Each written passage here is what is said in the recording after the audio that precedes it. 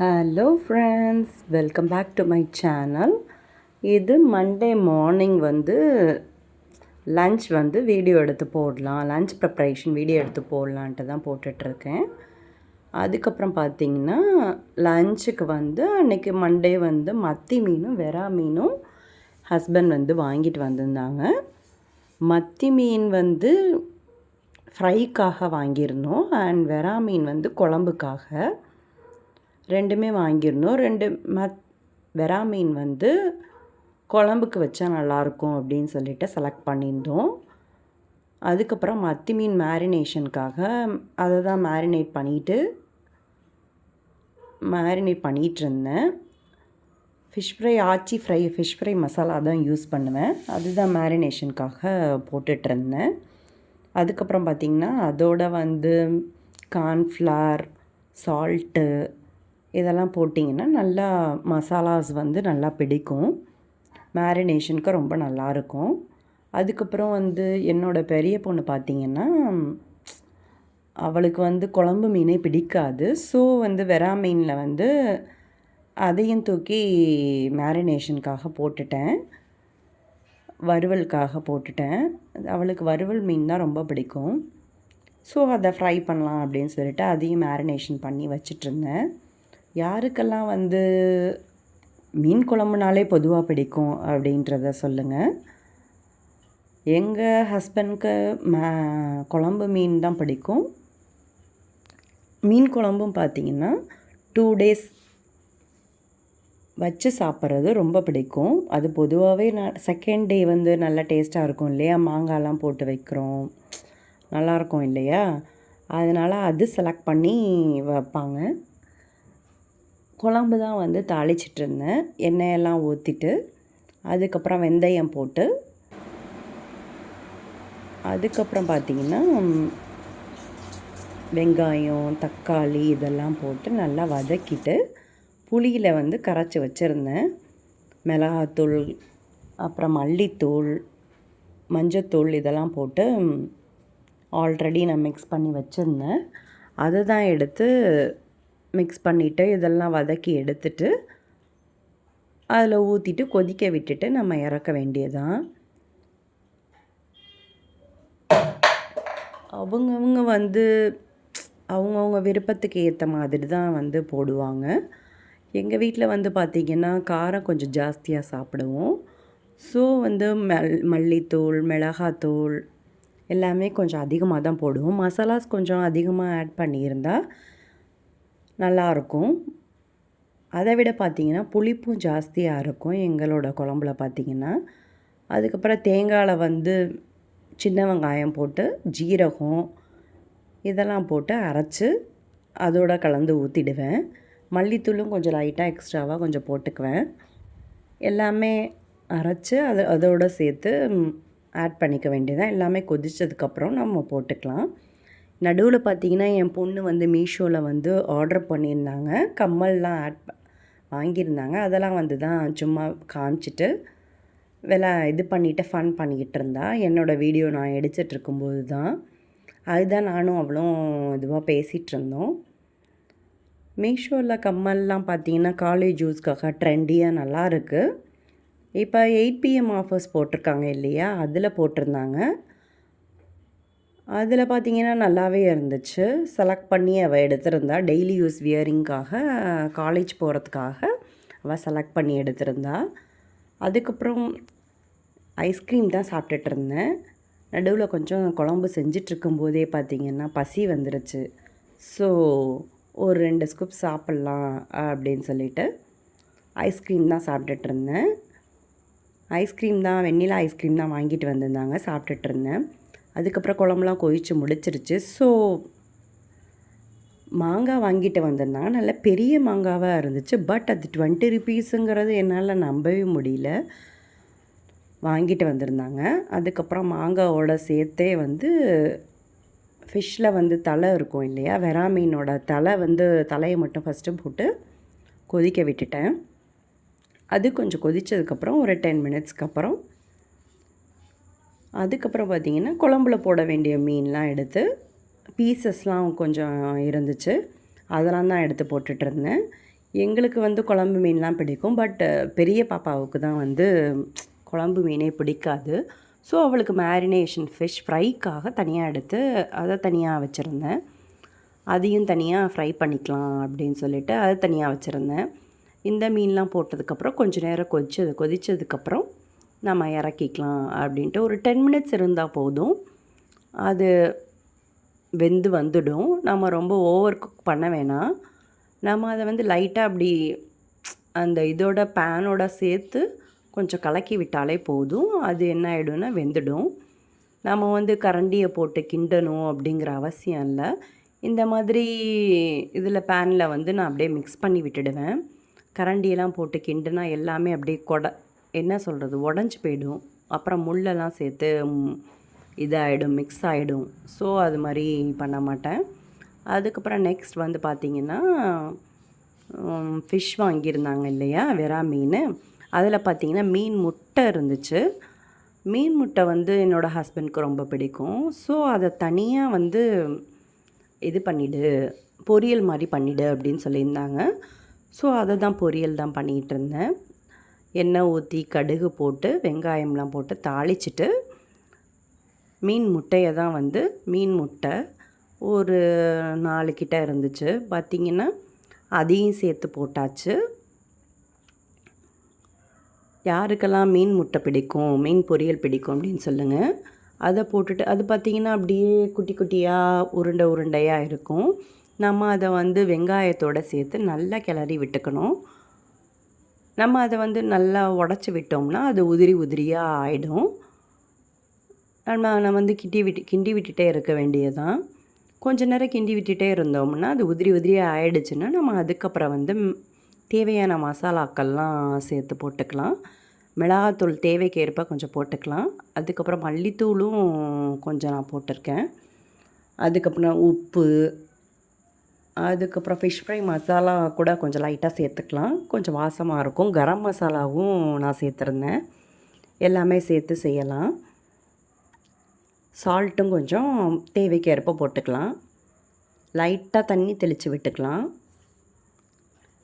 கொஞ்சம் நேரம் வேகட்டும். கொஞ்சம் நேரம் வெந்ததுக்கப்புறம் நம்ம வந்து லைட்டாக தண்ணி தெளித்து விட்டுட்டு கொஞ்சம் நேரம் வேக விட்டுட்டு அதுக்கப்புறம் வந்து பார்த்திங்கன்னா இது தான் போட்டிருந்தேன். தேங்காய் பூ கொஞ்சம் திருவி வச்சுருந்தேன். அதை தான் வந்து ஆட் பண்ணிக்கிட்டேன். அதையும் சேர்த்து கொஞ்சம் நேரம் நல்லா வதக்கி விட்டுட்டு கொஞ்சம் வேகட்டும். நல்லா எல்லா மசாலாஸ்லாம் எல்லாத்தோடையும் சேர்த்து கோட் ஆகட்டும்.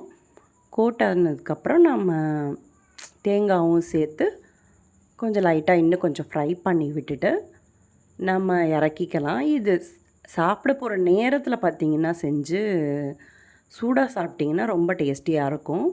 இது சாப்பிட போகிற நேரத்தில் கொஞ்சம் லாஸ்ட்டாக தான் நான் இது செஞ்சேன்.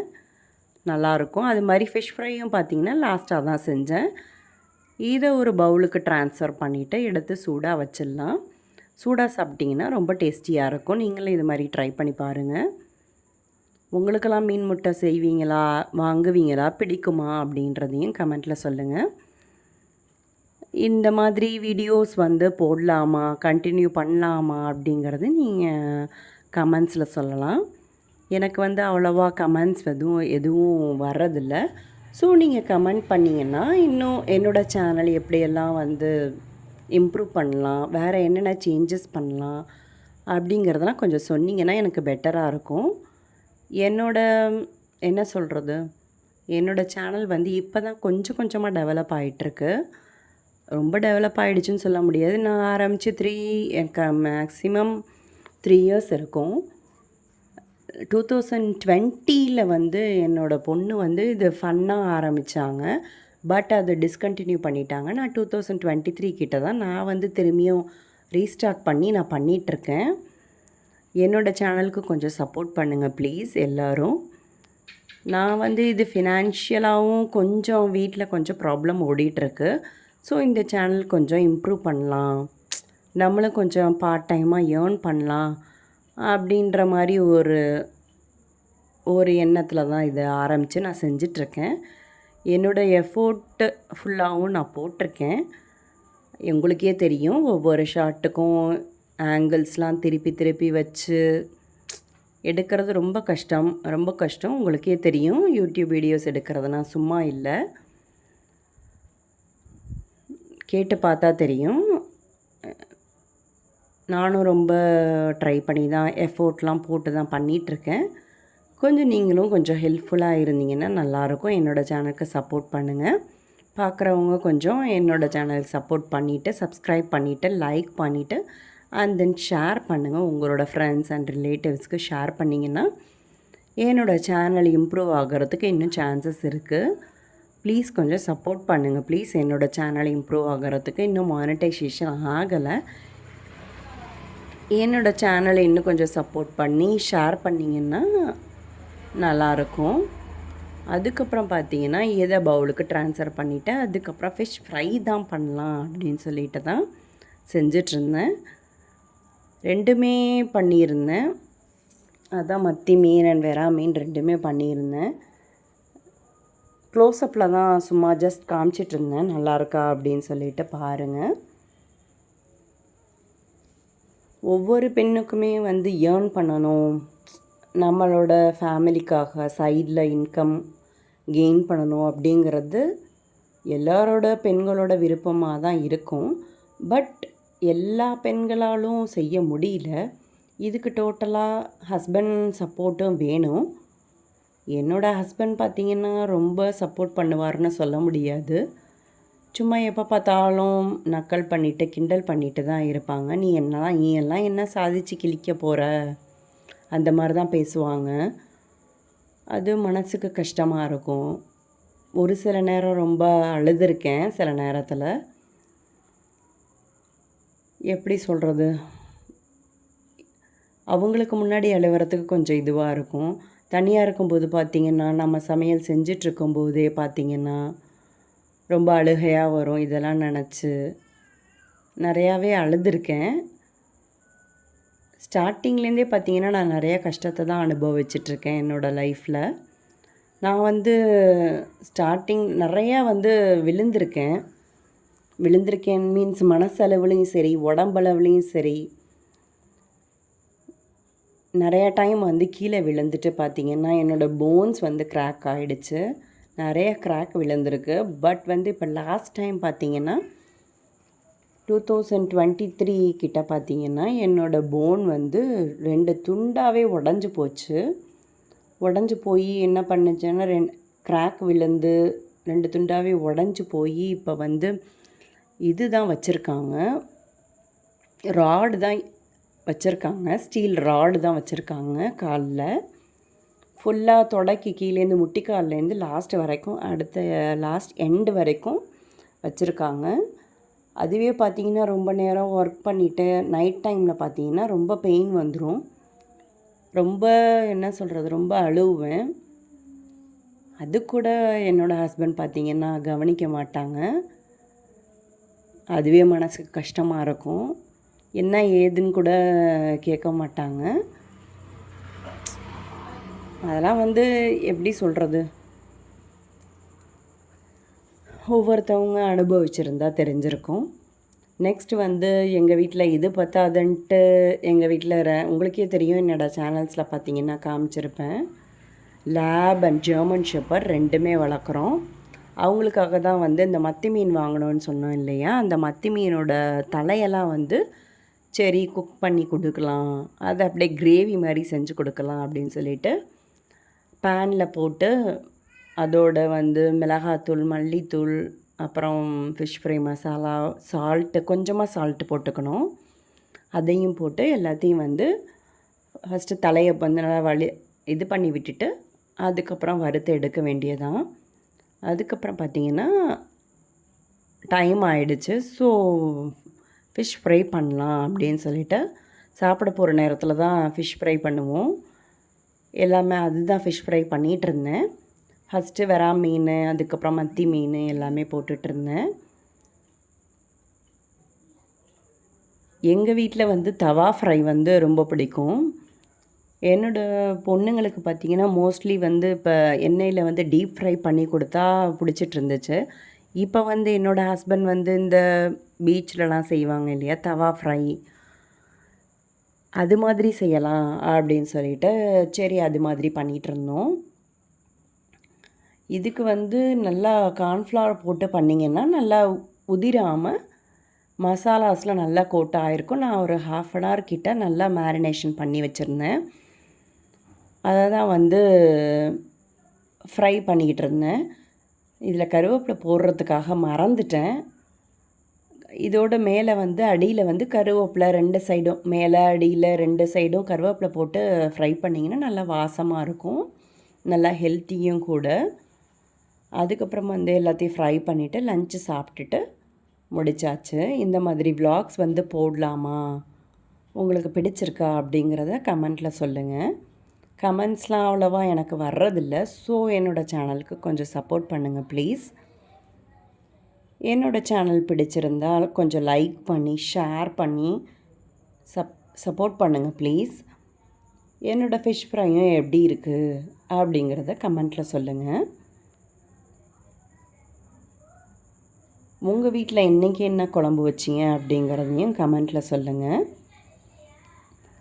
அதுக்கப்புறம் பார்த்திங்கன்னா எல்லாமே சாப்பாடெலாம் எடுத்து வச்சு எல்லாமே இது பரிமாறுறதுக்காக எடுத்து வச்சாச்சு.